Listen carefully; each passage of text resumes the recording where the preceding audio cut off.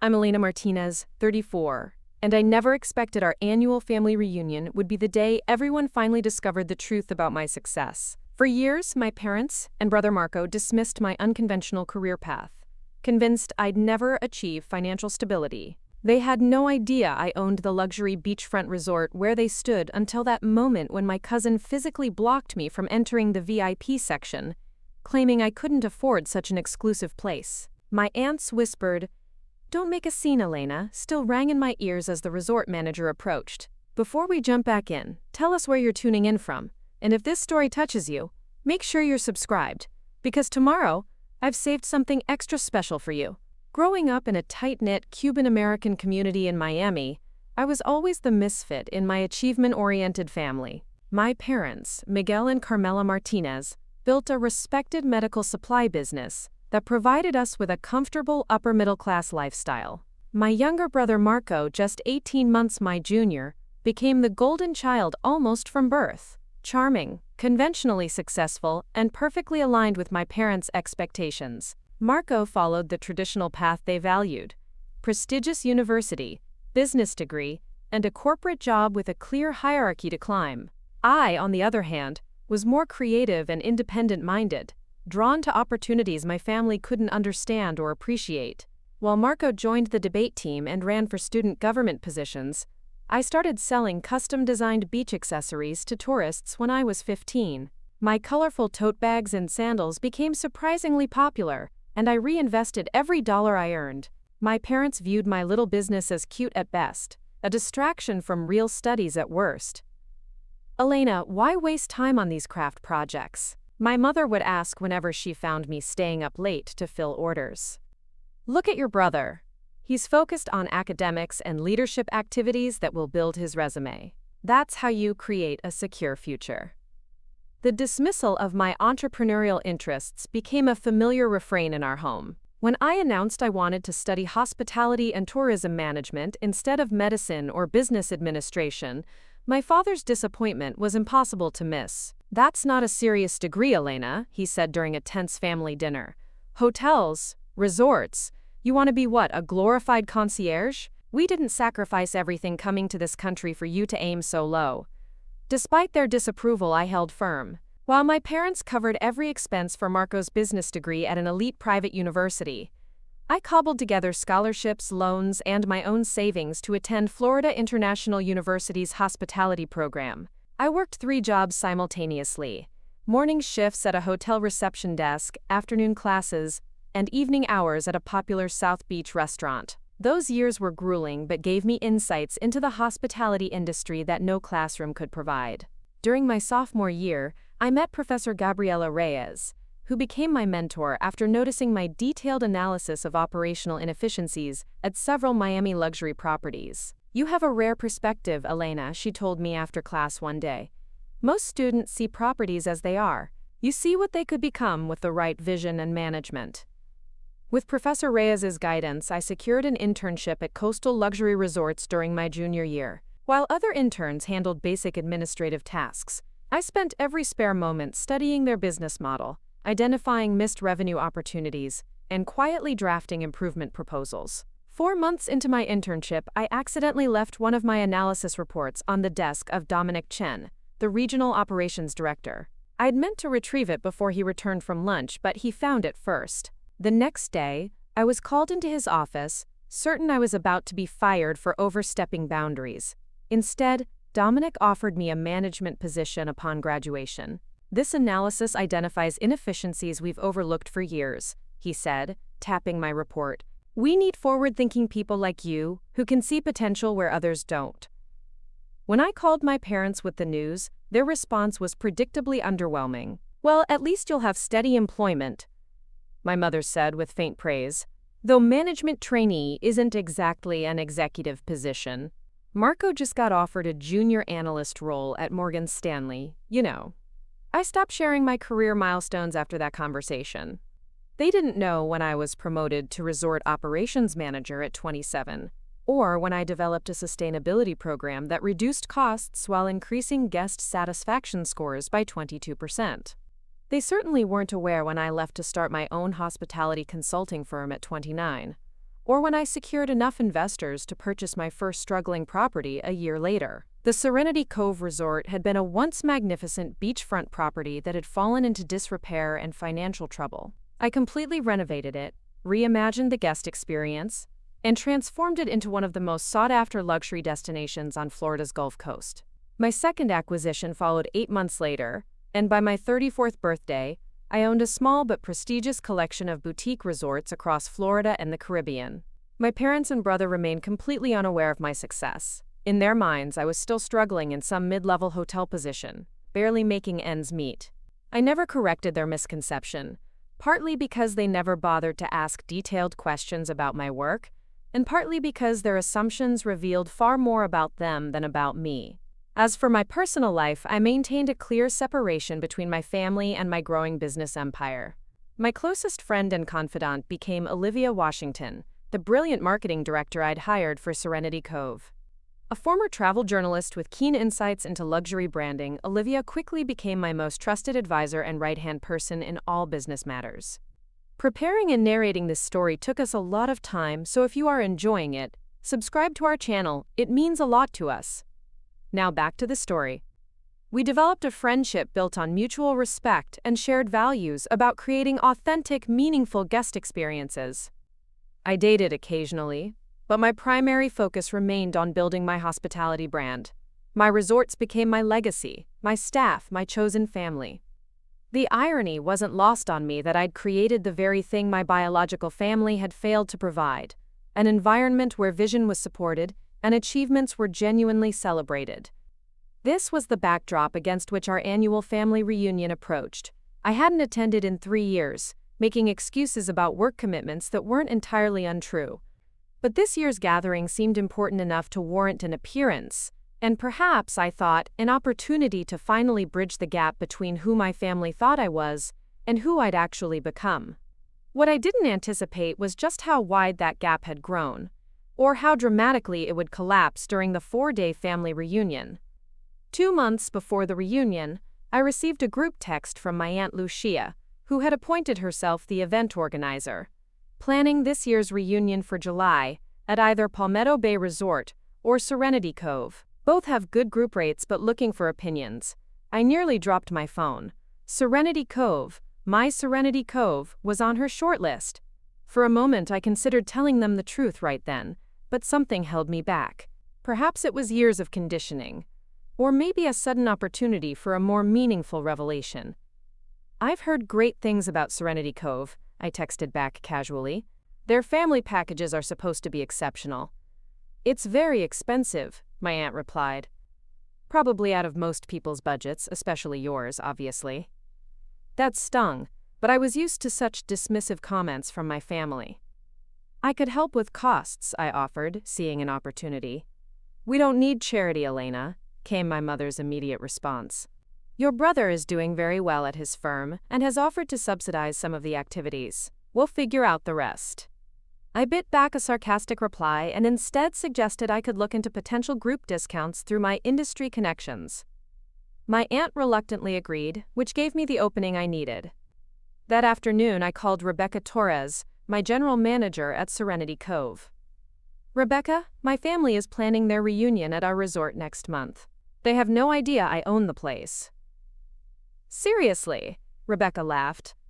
"That's either cosmic justice or perfect timing." "A bit of both," I admitted. "Here's what I need. They'll call to make a reservation for the Martinez family reunion. Give them our best oceanfront villas, full VIP service, premium everything. But when they ask for the price, quote them exactly half of the actual cost. I'll cover the difference anonymously." "And should we acknowledge you as the owner when you arrive?" Rebecca asked. I paused, considering this crucial detail. "No, treat me like any other guest initially. I'll find the right moment to reveal the truth." Over the next few weeks, I monitored the reservation process from afar. My aunt called multiple times, haggling over details and questioning the surprisingly reasonable rate for such a prestigious resort. My executive chef developed special menus highlighting my family's Cuban heritage, and I arranged for personalized welcome baskets in each villa. A week before the event, my brother Marco called me directly, something that rarely happened. So you're actually coming to the reunion this year? He sounded skeptical. Of course. It's important family time, I replied. Mom says you got some kind of discount at Serenity Cove. How exactly did you manage that? It's not like you're a VIP client there. The perfect opportunity to come clean presented itself. But again, I hesitated. Something about Marco's tone, the assumption of my insignificance, made me want to wait for a more dramatic revelation. I've done some consulting work for resort groups, I said vaguely. Industry courtesy. Right? He didn't bother hiding his disbelief. Well, try to dress appropriately. Serenity Cove is pretty upscale. Maybe I can lend you something if you need it. I glanced down at the designer dress I was wearing for a business meeting and smiled to myself. I'll manage. Just don't embarrass us, he added before hanging up. Those words would prove remarkably ironic just a few days later. The day before everyone was set to arrive, I received another call, this time from my mother. Elena, we've had to add a few people to the guest list. Your uncle Roberto and his new wife, and Marco's bringing his girlfriend Vanessa. She's a senior investment analyst, very impressive young woman. That sounds fine, I replied. The resort can easily accommodate additional guests. How would you know that? My mother's suspicion was immediate. I looked at their website when Aunt Lucia mentioned booking there. I recovered quickly. Well, anyway, with the additional guests, we're concerned about the total cost. I know you offered to contribute, but we're thinking it might be best if you handled just the final dinner reservation instead. That way you can participate without stretching your budget too thin. I closed my eyes and counted to 10. Sure, Mom. I'd be happy to take care of the farewell dinner. Wonderful. And Elena, please be punctual. Everyone is arriving by 2 p.m. on Thursday, and you know how your father hates waiting. After hanging up, I sat in my office overlooking the Tampa Bay skyline, contemplating the coming weekend. Part of me felt childish for not simply telling my family the truth about my success. Another part recognized this as the perfect opportunity to address years of dismissal and disrespect. I called Olivia, outlining my plan for the reunion. Her rich laugh echoed through the phone. You're sure about this approach? She asked. It's a bit theatrical. Sometimes a demonstration is more effective than an explanation, I replied. Besides, they've written their own script for this scenario.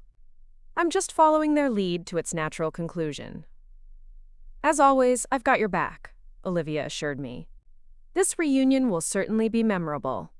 That night, I slept in my private beachfront villa at Serenity Cove, the very resort my family believed I couldn't afford to visit, let alone own.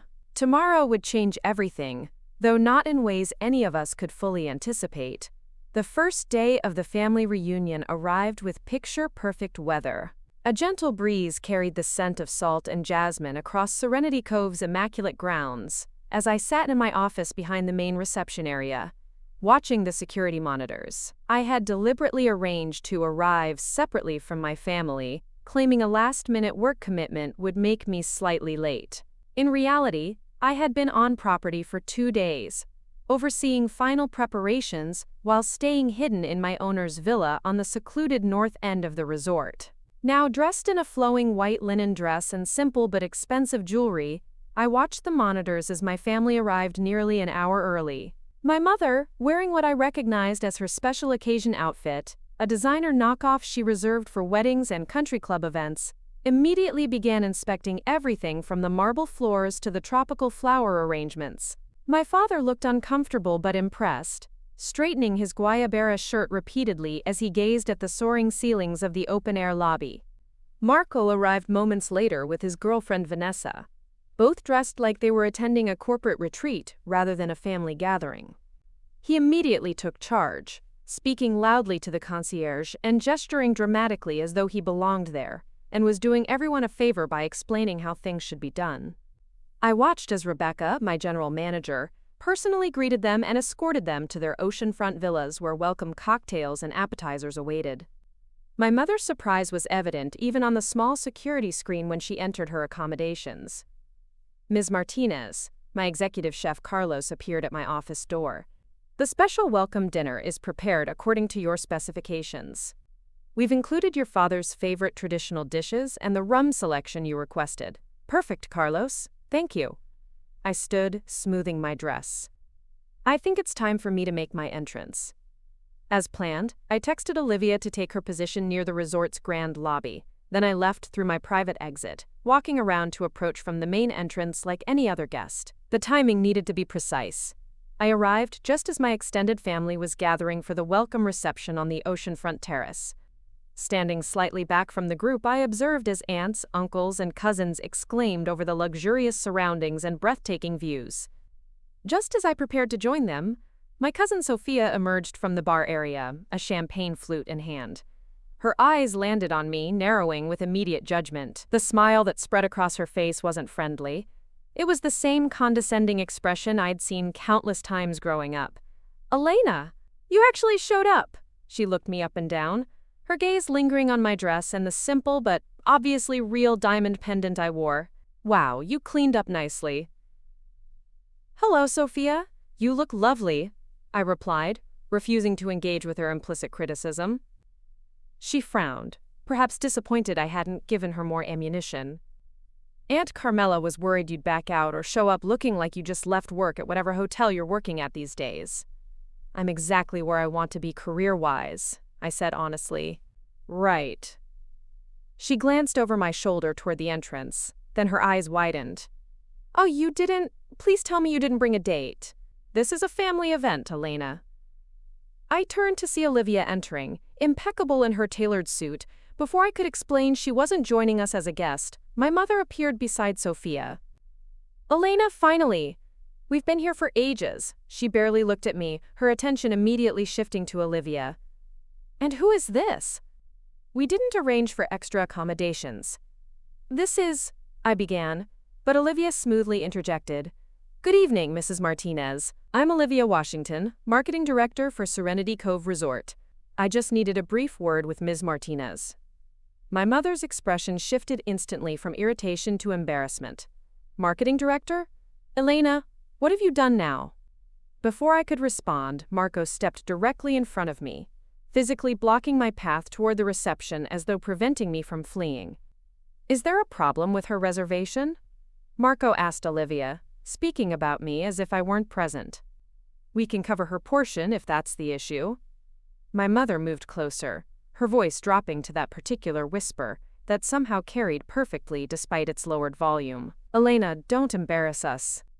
If you're having financial problems again, you should have said something before coming to a place like this." The terrace had grown quiet, with several guests and staff pausing to observe the unfolding drama.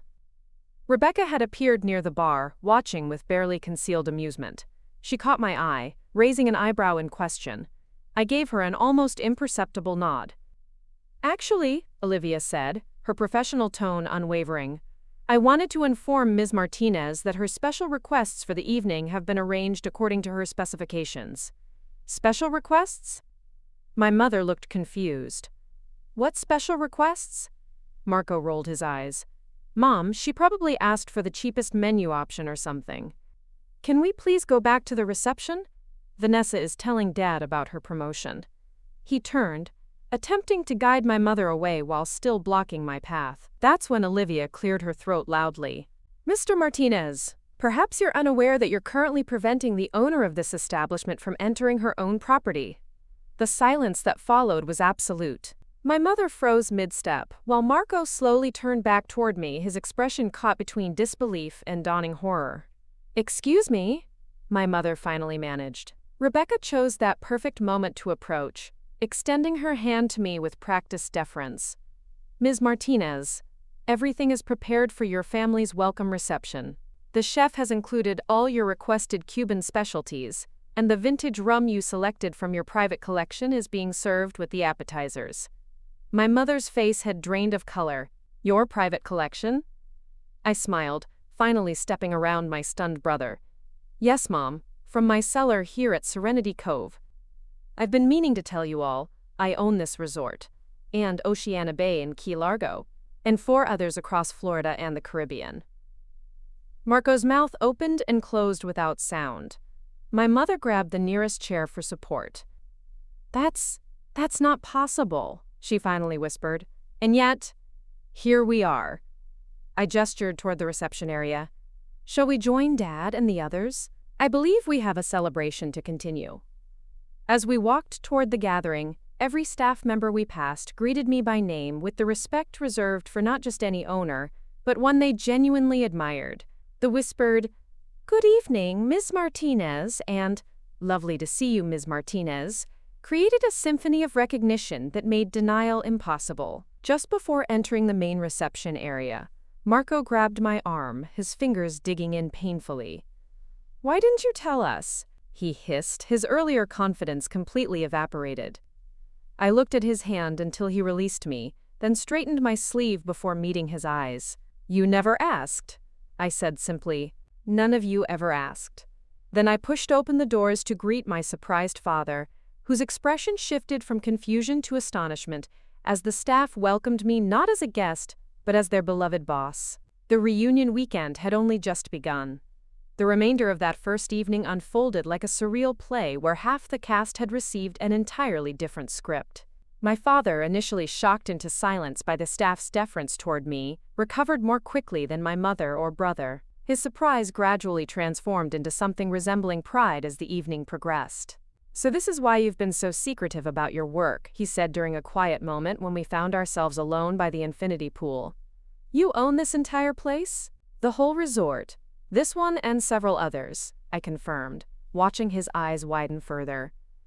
"Why keep it from us?" There was genuine confusion in his voice, without the defensive edge my mother and brother had displayed. I considered my answer carefully. At first, it was because I wasn't sure I'd succeed. Then, when I did, it became clear that everyone had a fixed idea of who I was and what I was capable of. After a while, it just seemed easier to let you all believe what you wanted to believe. He nodded slowly, looking troubled. "I suppose we haven't given you much reason to share your successes." It was the closest thing to an acknowledgement of their dismissive treatment I'd ever received from any family member. Before I could respond, my mother approached, her social mask firmly back in place after her initial shock. "Elena, your cousins are asking about the artwork in the lobby. Since you apparently know everything about this place, perhaps you could enlighten them." Her tone was brittle, her smile fixed. As I excused myself to speak with my extended family, I overheard my father asking her, "Did you have any idea about this?" "Of course not," she replied tersely. "She's deliberately kept us in the dark to create this spectacle." The remainder of the evening continued in this vein, my mother maintaining a rigid pleasantness while shooting me looks that fluctuated between disbelief and betrayal, Marco oscillating between awkward attempts to align himself with my newfound status and sullen withdrawal, and my father growing increasingly fascinated with each revelation about my business empire. By the time dinner concluded, a spectacular feast of elevated Cuban classics that honored our heritage while showcasing modern culinary techniques, the family had effectively split into two factions: those who found my success intriguing, and those who found it threatening. My Aunt Lucia, Cousin Sophia, and Marco sat in strange silence, while my father, Uncle Roberto, and several cousins peppered me with questions about the hospitality industry. Marco's girlfriend Vanessa looked uncomfortably between the groups, clearly recalculating her assessment of me with each passing moment. When the welcome reception finally wound down around midnight, I instructed Rebecca to ensure all family members were escorted to their villas and had everything they needed. My father embraced me warmly, whispering, "I'm proud of you, Elena," before being ushered away by my tight-lipped mother. Marco lingered, clearly struggling with what to say. "So," he finally managed, "all those times we thought you couldn't afford to join family vacations or contribute to group gifts. I was building this," I finished for him, gesturing to the elegant surroundings. "And I did send gifts. Substantial ones. The surprise cruise for Mom and Dad's anniversary last year? The holiday bonuses? All from me. Mom said those were from a distant cousin who'd had a windfall," Marco said, looking genuinely confused. I laughed without humor. "Of course she did. Heaven forbid I be successful in a way she didn't orchestrate or approve." Vanessa approached, placing a hand on Marco's shoulder. "We should go. The attendant is waiting to take us to our villa." "To me," she added with apparent sincerity, "incredible place you've built here. Truly impressive." Marco shot her a look I couldn't quite interpret before turning back to me. "We should talk soon." After they departed, I returned to my private villa, kicked off my sandals, and poured myself a generous glass of aged rum. Olivia arrived shortly after, settling into the chair across from me on the oceanfront terrace. "That was quite an evening," she said, accepting the glass I offered. "How are you feeling?" I considered the question, watching the moonlight dance across the gentle waves. Relieved, vindicated, exhausted, sad. I took a sip. All of the above. "Your father seemed to come around," Olivia observed. "He did," I acknowledged. "He's always been more reasonable than Mom or Marco. Just not reasonable enough to ever stand up for me." Olivia nodded understanding. "And now what happens? Tomorrow, when the shock wears off?" That was the critical question. The revelation of my success had been dramatic and satisfying in the moment, but I knew enough about family dynamics to recognize this was just the beginning of a complicated renegotiation of relationships and expectations. "I suspect breakfast will be interesting," I said. "My mother will either demand explanations or attempt to rewrite history to claim she always believed in me. Marco will likely vacillate between resentment and attempts to capitalize on his connection to me. And you'll respond how?" I set down my glass, suddenly certain of my next steps. "I'm going to set boundaries. Clear, firm boundaries for the first time in my life. This isn't about revenge or gloating.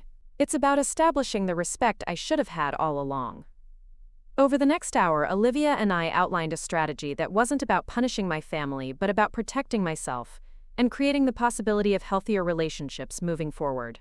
I decided to call Dr. Lydia Patel, the therapist I'd been seeing occasionally since purchasing my first resort, to ensure my approach was constructive rather than reactive. "Remember," Olivia said as she prepared to leave, "you've spent years building something remarkable, while they were dismissing your potential. You don't owe them explanations or justifications." I slept surprisingly well that night, lulled by the sound of waves through my open terrace doors. The next morning, I woke at dawn for my daily swim in the ocean, a ritual that had centered me through years of building my business.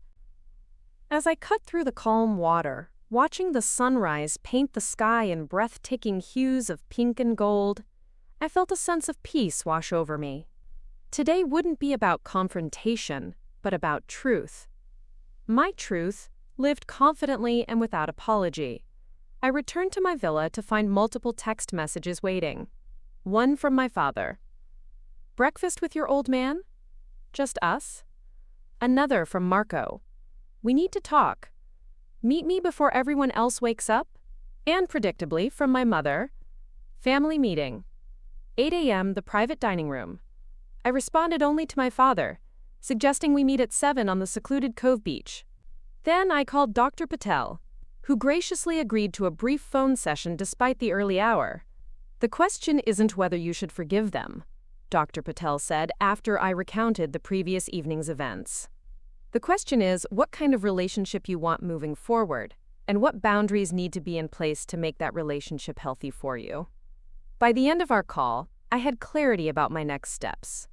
This wasn't about punishment or revenge. It wasn't even about forcing acknowledgement of past slights.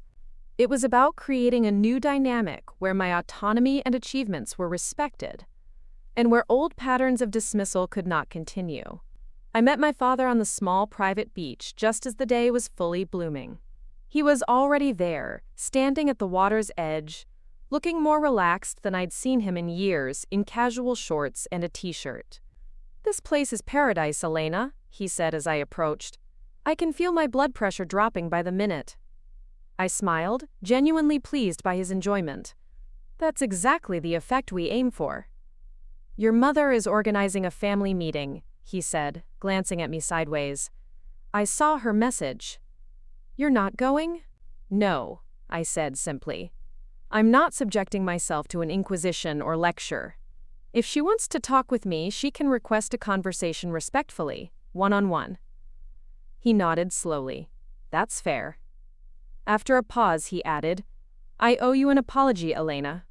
"Many apologies." The simple acknowledgement, so unexpected, brought sudden tears to my eyes.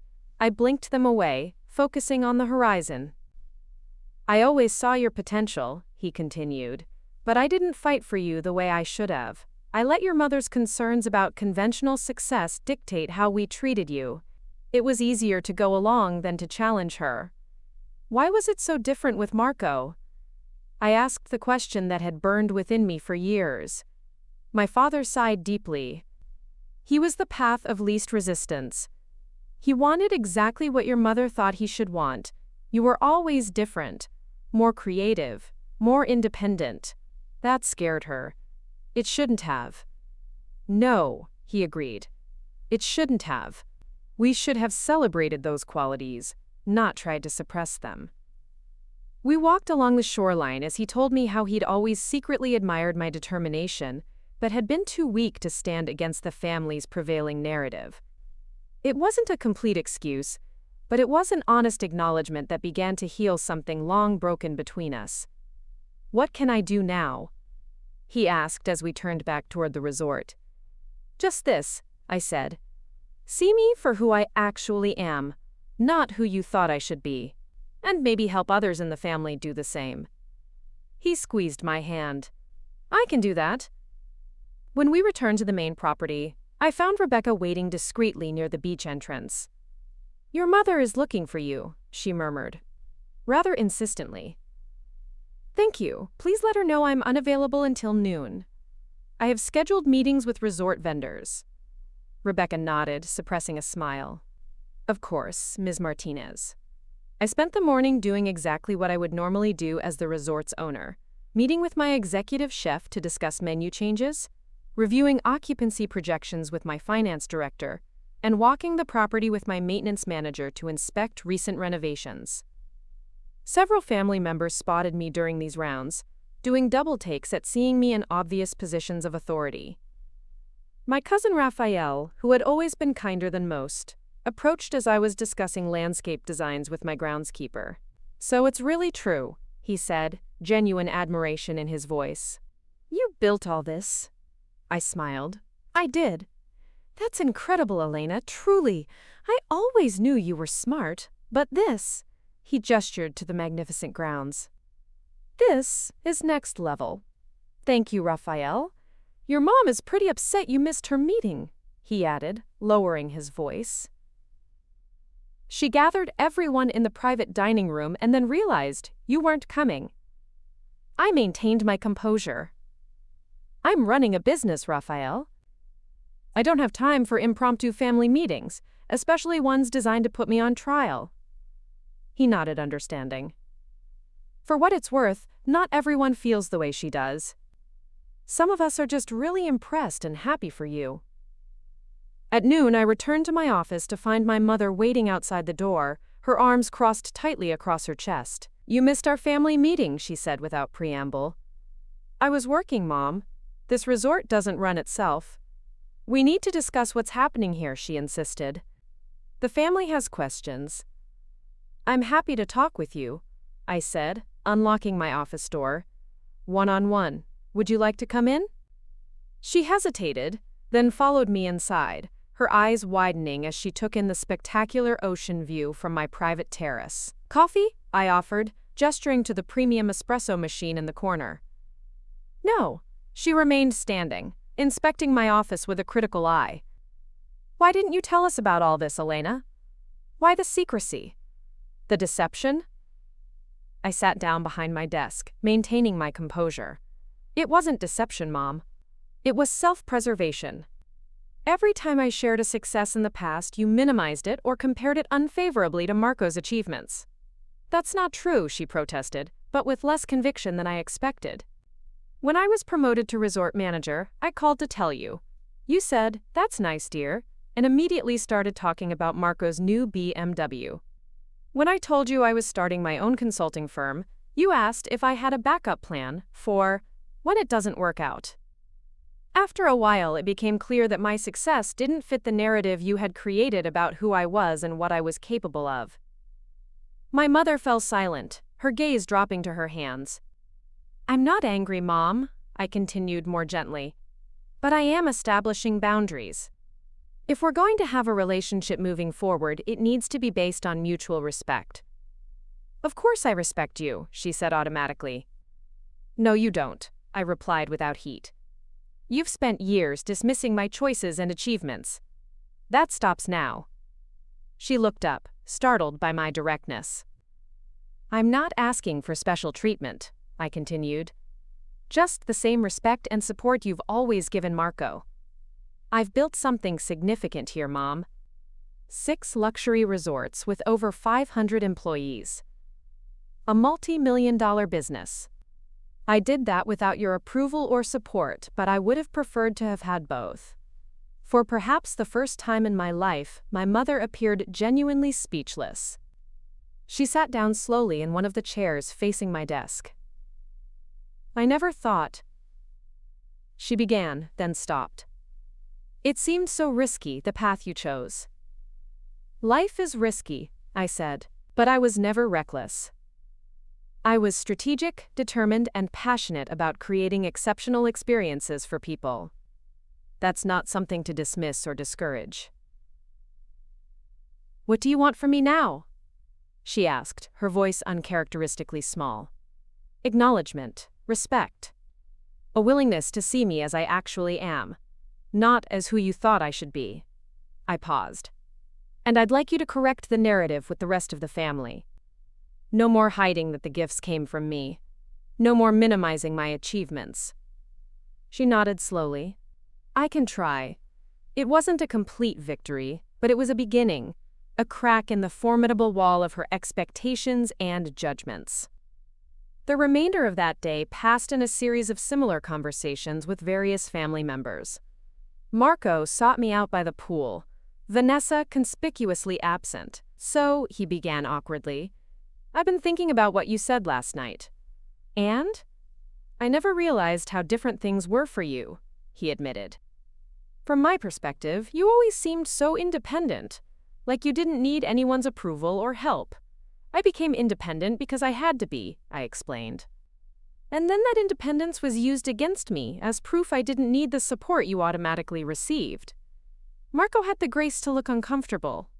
I never asked to be the favorite." "I know," I said, "but you never questioned it either.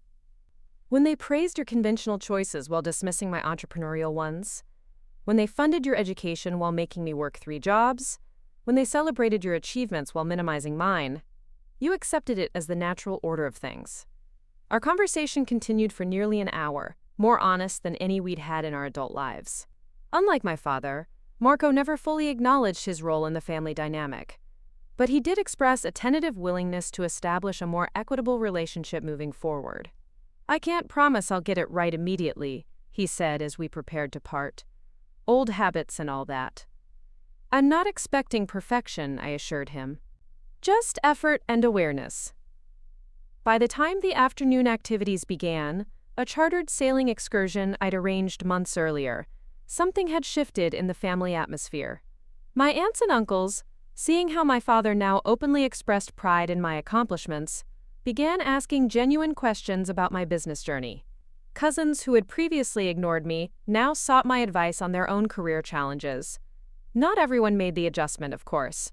My Aunt Lucia maintained a cool distance, clearly uncomfortable with the disruption to the family hierarchy. Sophia oscillated between attempts to align herself with my success. We always had such a special connection, remember? And sullen resentment when I didn't immediately embrace her sudden sisterly overtures. That evening, as the family gathered for a beachfront dinner under the stars, Olivia found me checking final arrangements with the staff. "How's it going?" she asked quietly. "Better than expected," I admitted. "Some genuine breakthroughs, some predictable resistance." "And you're holding up okay?" I nodded, surveying the beautifully set tables glowing with lantern light. "I am. For the first time, I feel like I'm engaging with my family as the real me, not the version they wanted me to be." The dinner itself became a turning point in the reunion. My father, emboldened by our morning conversation, stood to make a toast. "To Elena," he said, raising his glass. "Not just for her generosity in hosting us at this magnificent resort, but for her vision, determination, and courage in building something truly extraordinary. Your mother and I may have taken the conventional path in life, but you've shown us there are many routes to success.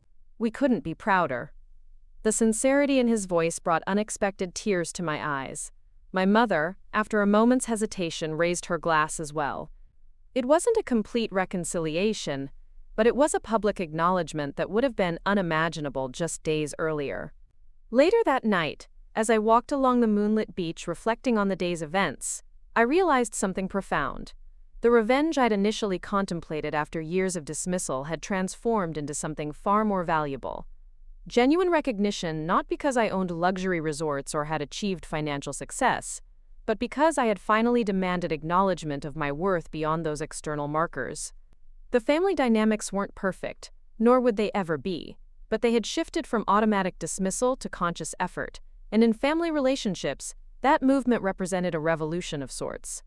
As I watched the waves caress the shore under the vast canopy of stars, I felt a sense of peace that had eluded me for years. Some might say living well is the best revenge, but I had discovered something more powerful. Living authentically is the best resolution. The third day of the family reunion dawned with a spectacular sunrise that painted the sky in breathtaking shades of amber and rose. I rose early as usual, slipping out to the beach for my morning swim before most of my family had stirred from their beds. The solitude of cutting through the calm waters gave me time to reflect on how dramatically the dynamics had shifted in just 48 hours. As I emerged from the ocean, I spotted my cousin Sophia sitting alone on the beach, watching me with an expression I couldn't quite read. She'd been one of the most dismissive family members over the years, always quick to highlight her conventional achievements while minimizing my unconventional path. Now she looked uncertain, almost vulnerable. "You swim every morning?" she asked as I approached, wrapping a towel around my shoulders. "Every day I can," I replied. "It clears my mind, sets the tone for the day." She nodded, drawing patterns in the sand with her finger. "I've been thinking about our conversation yesterday, about how I never questioned the family narrative about you." I sat beside her, surprised by this opening. "And?" "I think I was threatened by you," she admitted, not meeting my eyes. "You never seemed to care what anyone thought. You just did your own thing, regardless of approval." I envied that freedom. Her honesty caught me off guard. "It wasn't freedom, Sophia.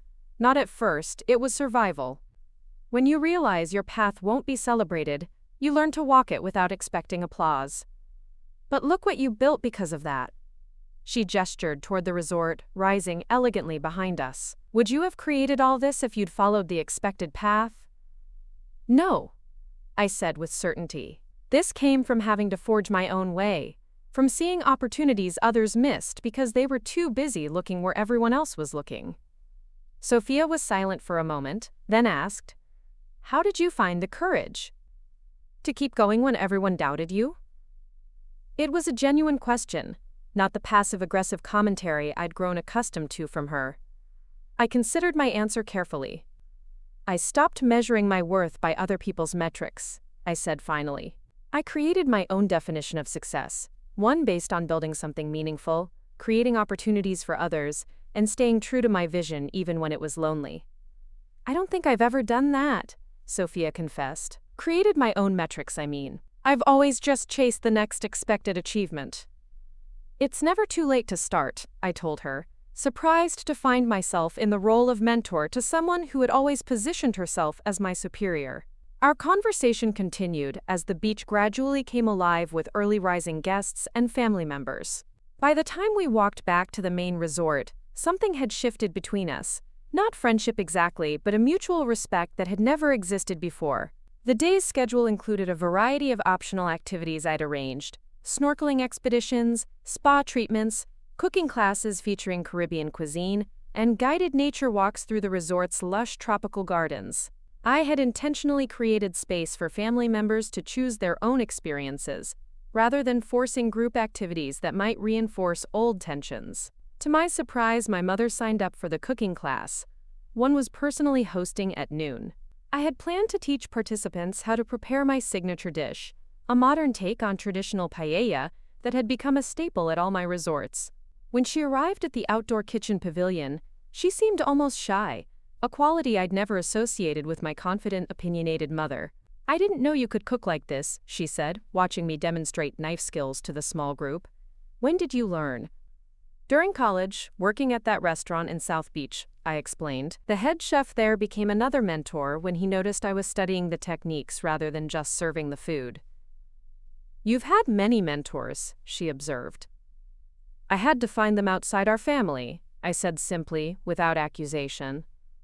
She flinched slightly, but nodded. I deserved that. As we worked side by side, preparing saffron-infused rice and selecting perfect seafood for the paella, something unexpected happened. My mother began to ask genuine questions about my journey. Not the dismissive queries of the past, but authentic interest in how I'd built my business empire. What was the hardest part? She asked as we waited for the rice to absorb the rich broth. Believing in myself when no one else did, I answered, honestly. There were so many nights I questioned everything, wondered if everyone else was right about me aiming too high. What kept you going? Stubbornness at first, I admitted with a small smile. Then, as I started to succeed, it became about proving something, not just to everyone else, but to myself. Sometimes it's found in the resilience you discover when tested, the boundaries you learn to establish, and the authentic self you reclaim when false family narratives fall away. If you've connected with my story, I encourage you to share your own experiences in the comments below. Our collective wisdom creates a resource more valuable than any financial inheritance, a community of support for those navigating similar painful journeys. Remember that healing isn't about returning to who you were before the betrayal. It's about becoming someone new, someone who carries the scars with dignity but isn't defined by them, someone who has transformed pain into purpose and loss into legacy. $5 million may have been what my sister lost, but what I found through this journey was ultimately far more valuable: my voice, my strength, and my capacity to create meaning from even the most painful chapters of life. Thank you for walking this path with me. If you found value in my story, please subscribe to join our community of resilient individuals supporting each other through life's unexpected challenges. Together, we can transform inherited pain into collective wisdom that benefits generations to come. This is Alexandra Thompson, signing off with gratitude for your time and attention. May your own inheritance, whatever form it takes, become a foundation for growth rather than a source of division. And may you always remember that the most important legacy isn't what's left to you, but what you choose to build with it. Up next, you've got 2 more standout stories right on your screen. If this one hit the mark, you won't want to pass these up. Just click and check them out. And don't forget to subscribe and turn on the notification bell so you don't miss any upload from us. You're supporting it now. That's what matters moving forward. The evening unfolded with a natural ease that contrasted sharply with the tension of the first day. Family members who had barely acknowledged each other in years were engaged in animated conversations. Cousins who had grown apart reconnected over shared memories and new experiences. Even my mother seemed more relaxed, sitting by the fire with my Aunt Lucia, both of them laughing at some shared joke. As I moved through the gathering, ensuring everyone's needs were met, I overheard snippets of conversation about me. Can you believe what Elena has accomplished? Always knew she was smart, but this is next level. Makes you wonder what else we've missed about each other. The last comment from my Uncle Roberto struck me particularly. In our family's rush to categorize and judge each other, how many talents had been overlooked? How many dreams dismissed? The revelation of my success wasn't just changing how they saw me, but potentially how they viewed each other and themselves. Later, as the party was in full swing, my brother approached with Vanessa beside him. She had been notably quiet throughout the reunion, observing the family dynamics with the careful eye of an outsider. Elena, Marco began, uncharacteristically hesitant. Vanessa and I have been talking. I have a proposition for you. I raised an eyebrow, curious but cautious. I've been working on developing a financial app for young professionals, he continued. Something to help them invest strategically for future goals. Vanessa thinks there might be a way to integrate it with luxury hospitality. Special offers, loyalty programs, that sort of thing. You want a partner? I asked, surprised. Not exactly, he clarified. More like, explore potential synergies. Maybe do a pilot program with your guests if the concept seems viable. What struck me wasn't the proposal itself, but the way he presented it, as equals exploring a potential collaboration, not as someone looking to capitalize on my success or prove his own worth. It was the first time Marco had approached me, without the competitive edge that had defined our relationship for decades. "Send me a proper business plan," I said after considering for a moment. "If it makes sense for my brand and my guests, I'm open to discussing it." His face lit up with genuine enthusiasm. "Really? That's great. I'll put something together this week." As they walked away, Olivia sidled up beside me. "Family business venture?" "Maybe," I said. The interesting part is that he didn't assume I'd say yes because we're siblings. He expects to make a proper business case. "That's progress," she observed. "Significant progress," I agreed. As the evening wound down, my father gathered everyone around the bonfire for an impromptu family toast. Standing in the flickering light, the ocean breeze ruffling his silver hair, he looked more relaxed and genuine than I'd seen him in years. "I want to thank Elena," he began, his voice carrying across the hushed gathering, "not just for hosting us at this magnificent resort, but for teaching this old man an important lesson." He looked directly at me as he continued. "Success isn't measured by following a predetermined path or meeting others' expectations. It's about having the courage to pursue your own vision, even when those who should support you the most fail to understand it." Murmurs of agreement rippled through the group. "I've been thinking about what makes a family truly strong," he went on. "It's not conformity or maintaining appearances. It's celebrating each person's unique gifts and supporting their journey, even when, especially when, it's different from our own." My mother, standing beside him, nodded slowly. "So tonight, I want to apologize to Elena for the times we failed to see her brilliance, and thank her for showing us what's possible when you follow your passion instead of others' expectations." He raised his glass higher. "To Elena, who built something extraordinary by believing in herself when we didn't. And to all of us, as we learn to truly see and support each other going forward." The toast was met with enthusiastic agreement, glasses raised in the firelight. I found myself blinking back unexpected tears, moved not by the public acknowledgement itself, but by the genuine shift it represented in our family's fundamental dynamics. As the gathering gradually dispersed, family members heading back to their villas along torch-lit paths, I remained by the dying fire with Olivia, watching the embers glow against the darkened beach. "You know what strikes me the most?" I said reflectively. "When I planned this revelation, part of me wanted it to be dramatic, a sort of vindication after years of being dismissed. But what's actually happening feels different." "How so?" Olivia asked. "It's not about them finally seeing my worth. It's about all of us seeing each other more clearly.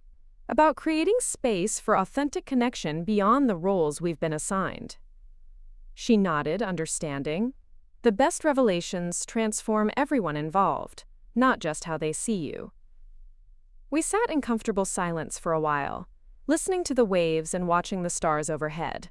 Finally, Olivia asked, "What happens after the reunion, when everyone goes back to their regular lives?" "That's the real test," I acknowledged. "Will these new perspectives stick, or will old patterns reassert themselves once we're no longer in this beautiful bubble?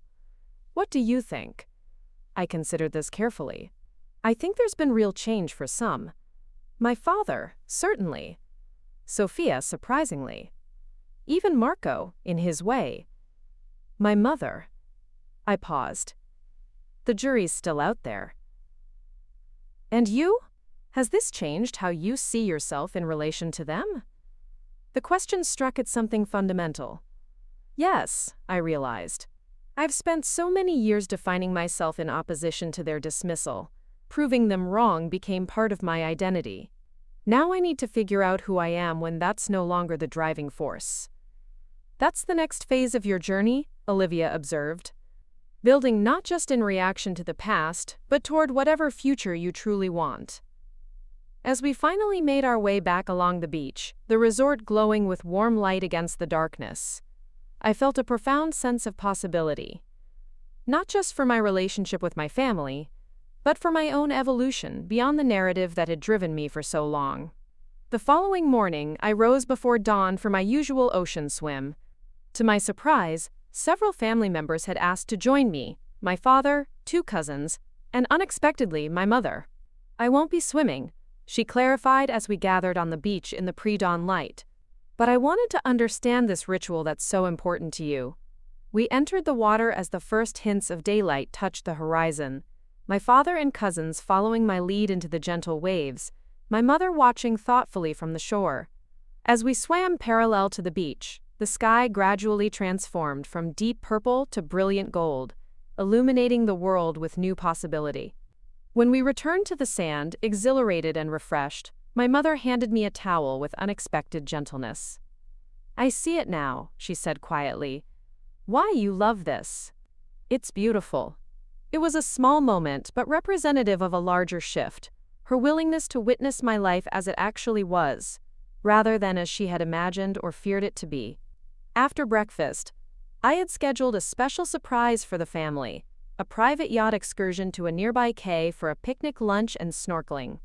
As we boarded the sleek vessel, I noticed how differently everyone interacted with me, compared to just 3 days earlier.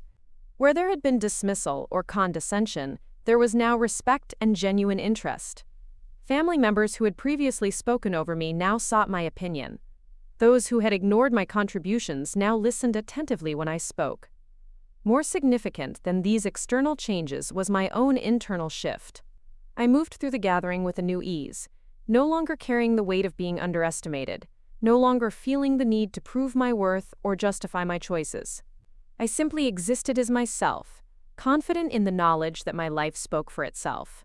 As the yacht cut through the crystal waters toward our destination, I stood at the bow, the wind in my hair and the sun on my face.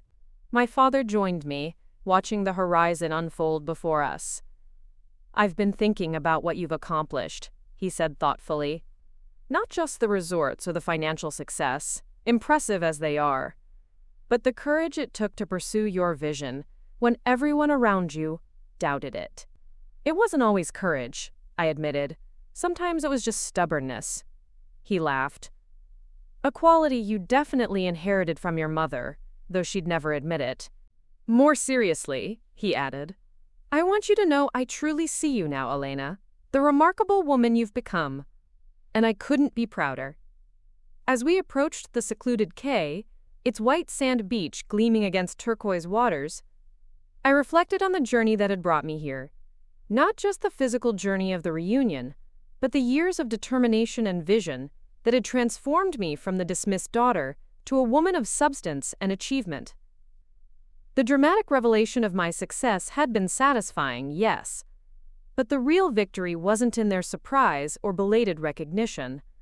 It was in the person I had become through the process of believing in myself when no one else did.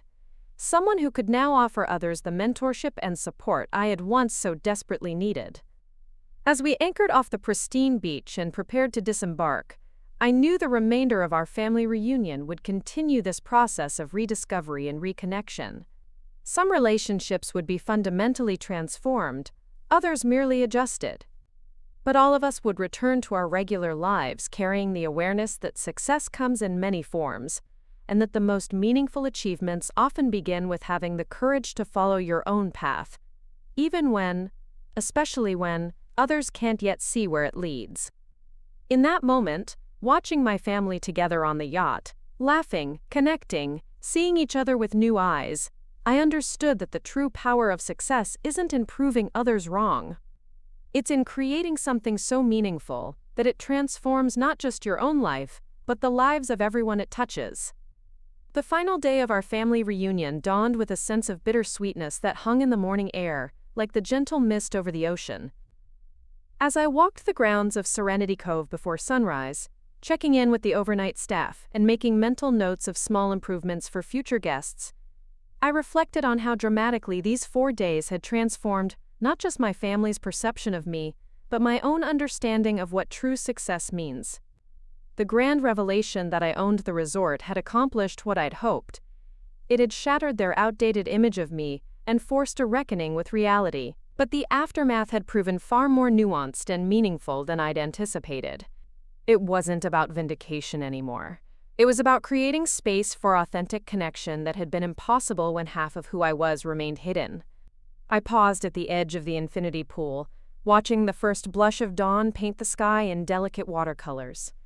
This view never failed to center me, to remind me why I'd built all this, not just as a business empire, but as a sanctuary where people could connect with themselves and each other in meaningful ways. "You're always the first one up," a voice said behind me. I turned to find my mother, dressed in resort-provided yoga clothes, her hair loose around her shoulders instead of in her usual controlled style. "Force of habit," I replied. "I like to see my resorts waking up. There's something magical about these in-between moments." She nodded, moving to stand beside me. We watched the sunrise in silence for a few minutes, the sky gradually shifting from pale pink to brilliant gold. "I've signed up for the sunrise yoga class," she said finally. "I've never done yoga before." The admission surprised me. My mother had always dismissed practices like yoga as New Age nonsense, one of many ways she'd reinforced her practical, no-nonsense approach to life. "What changed your mind?" I asked. She turned to me, her expression unusually vulnerable. "I've been watching you these past few days, how centered you seem, how comfortable in your own skin. I want to understand that better." It was perhaps the most honest thing she'd ever said to me. Not a criticism or comparison, but a genuine desire to understand my world. Progress indeed. "The instructor, Lucia, is wonderful," I told her. "Very patient with beginners." My mother nodded, then hesitated before adding, Would you join me? I might feel less foolish with you there." The request, so contrary to our usual dynamic where she instructed and I was expected to follow, touched me deeply. "I'd like that," I said simply. As we made our way to the beachfront yoga deck where other early risers were gathering, I realized this small moment encapsulated the shift that had been occurring throughout the reunion. The transformation wasn't just in how they saw me, but in their willingness to step into my world rather than insisting I conform to theirs. The yoga session unfolded on the wooden deck overlooking the beach, the rising sun warming our faces as Lucia guided the class through gentle movements. My mother struggled with some poses but persevered with uncharacteristic humility, accepting adjustments without the defensiveness I would have expected. When the session concluded with meditation, I opened my eyes briefly to see her face relaxed in a way I'd rarely witnessed. "That was illuminating," she said as we walked back toward the main resort. "I've always been so focused on doing, achieving, controlling. I never understood the value of simply being. It's taken me years to learn that balance," I admitted. "The hospitality business is incredibly demanding, but I've found I make better decisions when I create space for stillness." She nodded thoughtfully. "Your father and I raised you and Marco to believe that constant productivity was the only path to success. I'm beginning to see the limitations of that approach." We parted ways as my mother headed to her villa to prepare for breakfast, and I continued my morning rounds. The conversation left me contemplating how deeply our parents' worldview shapes us, either through emulation or rejection. I had built my life and business in conscious contrast to their narrow definition of success, yet their influence had still been profound, driving me to prove my worth in ways I was only now beginning to recognize. For the final day of the reunion, I had planned a special farewell experience, a progressive brunch that would take family members through different spectacular settings around the resort, culminating in a closing gathering at the resort's hidden garden grotto, a lush tropical paradise nestled at the heart of the property. As my family assembled for the first course on the oceanfront terrace, I was struck by how differently they carried themselves compared to their arrival just days ago. The initial tension and forced politeness had given way to genuine relaxation and connection. Cousins who had barely spoken in years were making plans to visit each other. Aunts and uncles who had maintained decades-old grievances were laughing together over shared memories. My father approached as I was checking the champagne service, slipping his arm around my shoulders in a casual display of affection that would have been unthinkable before this weekend. "You've done more than host a family reunion, Elena," he said quietly. You've helped heal old wounds that none of us knew how to address. That wasn't my intention, I admitted. I just wanted to be seen for who I really am. Sometimes the most profound healing begins with simple truth, he replied with unexpected wisdom. As the progressive brunch continued, moving from the terrace to the poolside cabanas for the second course, I found myself in conversation with Marco and Vanessa. My brother seemed different today, more grounded, less concerned with projecting the image of success that had always defined him. I sent you that business proposal this morning, he said. No pressure for an immediate response. I want you to evaluate it honestly, not as my sister, but as the savvy businesswoman you are. I appreciate that, I replied, genuinely impressed by his approach. I'll review it when things settle down after the reunion. Vanessa, who had been mostly observant throughout the weekend, suddenly spoke up. I've been watching how you run this place, Elena. The attention to detail, the way you empower your staff, how you create experiences rather than just services. It's masterful. Coming from someone in the corporate financial world, the compliment carried particular weight. Thank you. It's taken years to develop our approach. I've been in banking for 7 years, she continued, and I've never felt the kind of passion for my work that I see in you when you talk about your resorts. It's making me question some of my own choices. Marco nodded agreement. Both of us, actually. We've been talking about it a lot these past few days.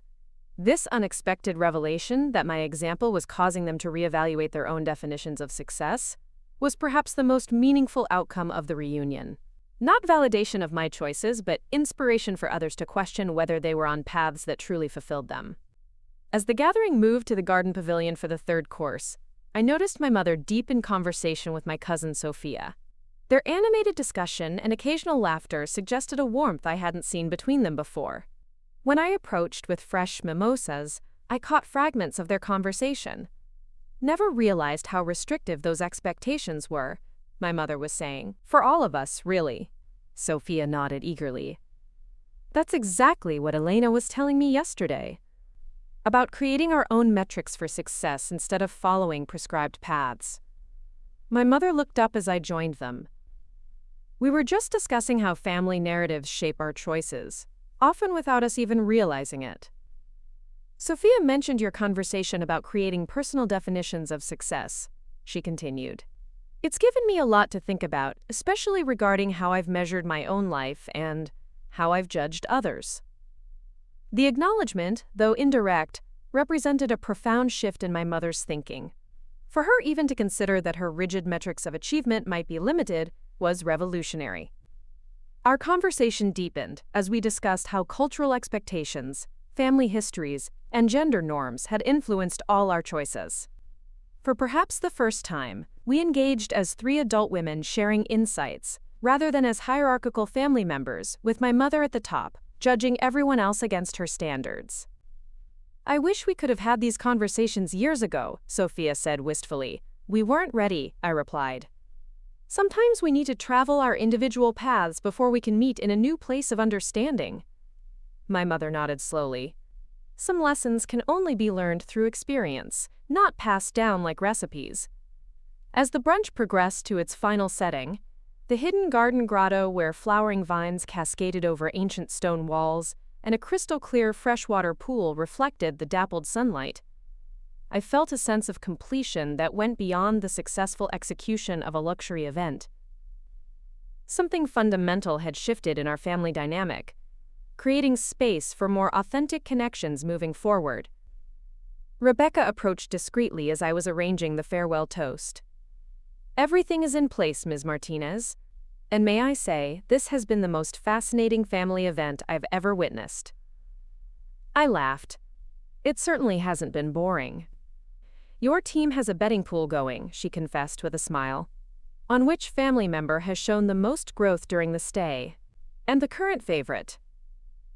Your mother, surprisingly. The staff has noticed quite a transformation from her initial, demanding approach. This revelation delighted me more than I expected. That my mother's evolution was visible even to strangers confirmed that the changes I'd observed weren't just wishful thinking on my part. As the family gathered for the final toast, surrounded by the lush beauty of the grotto, I felt a momentary hesitation. Should I speak? What could I possibly say that wouldn't sound either gloating or falsely modest? Before I could decide, my father stood, champagne flute in hand. Before we conclude this extraordinary reunion, he began, I want to invite Elena to share some thoughts. This weekend has been revelatory for all of us, but perhaps most significantly in how it's transformed our understanding of the remarkable woman she's become. All eyes turned to me expectantly. I rose slowly, gathering my thoughts.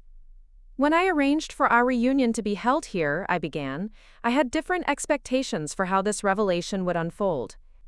Part of me wanted vindication after years of having my choices questioned and my path dismissed. Murmurs of acknowledgement rippled through the gathering. But what's happened these past 4 days has been far more meaningful than simple vindication.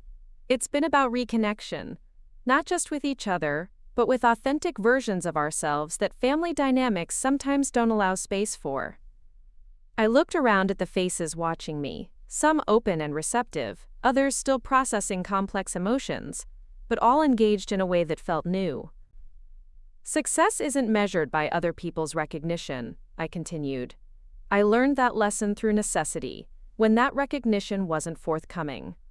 But I've discovered something even more important during our time together. That true fulfillment comes not from proving others wrong, but from creating something that reflects your deepest values and highest vision. My gaze found my mother's, holding it gently as I added, and that the most powerful legacy we can leave isn't financial or material, but in how we inspire others to question whether they're living according to their own truth rather than external expectations. I raised my glass. To family, not as we're supposed to be, but as we truly are. And to the courage to build lives that reflect our authentic selves, whether others understand our choices or not. The toast was met with enthusiastic response, glasses raised in the dappled sunlight filtering through the garden canopy. As conversations resumed, family members began approaching me individually to share private thoughts and, in many cases, apologies for past dismissals or judgments. My Aunt Lucia, who had been one of the most skeptical about my career choices, embraced me with unexpected emotion. I was wrong about you, she said simply. And I suspect I've been wrong about many things. Thank you for showing us another way to measure a life well lived. As the afternoon progressed, I found myself in a quiet corner of the grotto with Olivia, who had joined the farewell event at my invitation. Mission accomplished? She asked, observing the transformed family dynamics with her perceptive gaze. Beyond what I imagined, I admitted, though not in the way I anticipated. The best transformations rarely follow our expected script, she replied wisely. That's how you know they're genuine. As family members began preparing for departures, some that afternoon, others the following morning, I was surprised by how many made a point of scheduling future visits or suggesting family gatherings at my other properties. The revelation of my success hadn't created the jealousy or resentment I'd half feared, but rather a bridge to closer connection. Marco and Vanessa were among the last to leave, their flight scheduled for early evening. As the resort staff loaded their luggage into the airport shuttle, my brother pulled me aside for a final conversation. I've been thinking about what you said about building your own climbing wall instead of following a predetermined ladder, he began. It stayed with me. And?